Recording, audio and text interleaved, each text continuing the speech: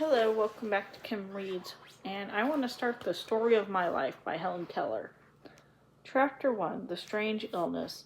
A strange fear grips me as I begin to pen down the story of my life. A superstitious hesitation exists when I try to lift that veil that obscures my childhood like a golden mist. Writing an autobiography is one of the most difficult tasks, and when I attempt to chronicle my earliest impressions, I discover the fact and fantasy appear the same in the years that link the past with the present. The woman that paints the child's experience in her own fantasy. Some impressions are vividly striking from the early years of my life, although the shadows of the prison house weigh heavily on the rest. Also, many of the happiness and sorrows of my childhood have been lost their pathos, and numerous important vital incidents during my early years have regulated to the dark recesses of mind, thanks to the excitement of great discoveries. Therefore, I shall provide a series of sketches that cover only the most important, most interesting episodes of my life. I was born in Tuscumbia, a small town in northern Alabama, on June 27, 1880.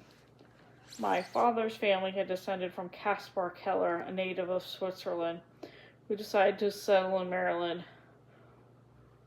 One of our Swiss ancestors was the first teacher of the deaf in Zurich. He also co-authored a book on how to educate them. Caspar Keller's son, my grandfather, occupied large tracts of land in Alabama, finally settling there. I heard they traveled once a year on horseback from Tuscumbia to Philadelphia to procure supplies the plantation needed. My aunt is in possession of the letters she wrote to the family that give the fascinating and vivid account of these trips. Grandmother Keller was the granddaughter of an early colonial governor of Virginia named Alexander Spotswood, and the second cousin to Robert E. Lee. My father, Arthur H. Keller, was a captain in the Confederate Army. My mother, Kate Adams, was his second wife and considerably younger than him. Benjamin Adams, her grandfather, married Susanna E. Goodhue and resided in Newbury, Massachusetts for several years. Their son was Charles Adams, and he moved to Helena, Arkansas. After the outbreak of the Civil War, he fought on the side of the South and was promoted to the rank of Brigadier General. He married Lucy Helena Everett, who belonged to the same illustrious events of the Everetts as Edward Everett and Dr. Edward Everett Hale. Moved to Memphis, Tennessee after the war was over. When I was afflicted by the illness that deprived me of my sight and hearing, I lived in a small house comprising a large square and a dining room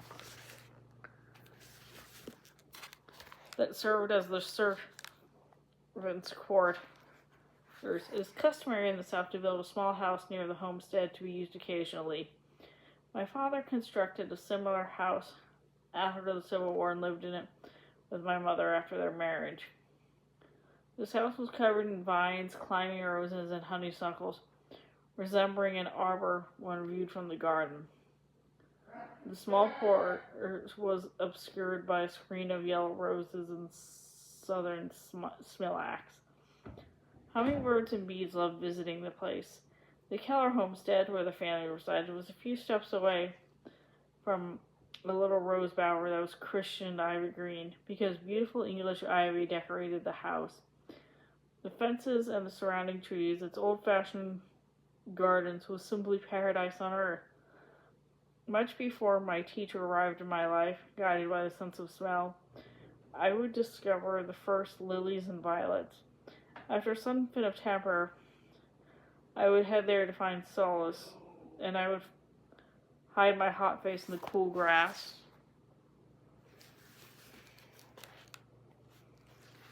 And leaves. It was such a joy to lose myself in that flower garden, happily wandering from spot to spot, till I suddenly arrived upon a beautiful vine, recognizable by its leaves and blossoms. It instantly dawned upon me that it was a vine that they covered the come down summer house at the back end of the garden. Here as well were trailing clematis, drooping jessamine, and rare sweet flowers named butterfly lilies. They owed their name thanks to their fragile petals, resembling the wings of butterflies. The roses were the loveliest of them all. The greenhouses of the north could not have boasted of a lovelier collection like the climbing roses of my southern home. They hung resplendently in long festoons from our porch, enveloping the entire air with their fragrance, undisturbed by any other earthly smell. At dawn, soaked in the dew, they emanated a softness and purity that resembled the asphaltos of God's own garden.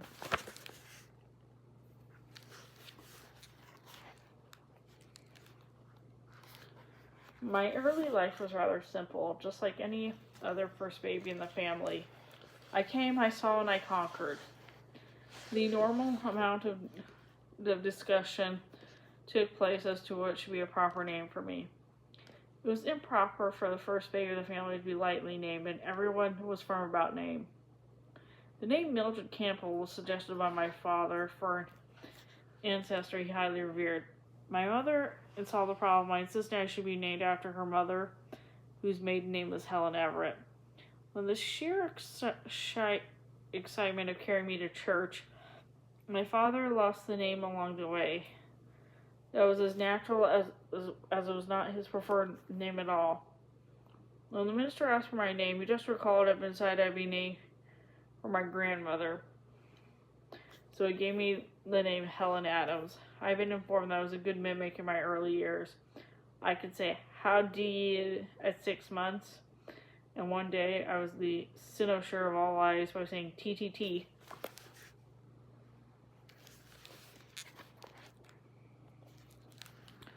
Even my post-illness, I remember one word that I learned early. The word was water. I walked as soon as I turned 1 year old, but these happy days didn't last long.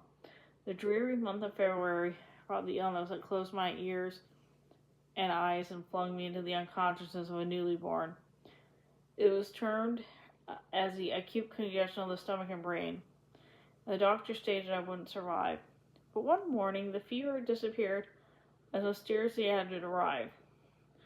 Everyone in the family rejoiced, but none of them had any idea, not even the doctor, that I would not see or hear again. I still have confused memories of the illness. What I remember is the tenderness in which my mother used to soothe me while I was wailing in fear and pain. Slowly, I got accustomed to the silence and darkness that surrounded me and came to terms with the fact that I've been different once. Then she arrived, my teacher, and my spirit set free. During the first 19 months of my life, I'd seen broad green fields, a luminous sky, and trees and flowers which this present darkness could not blot out entirely. And that's the end of that chapter. See you later.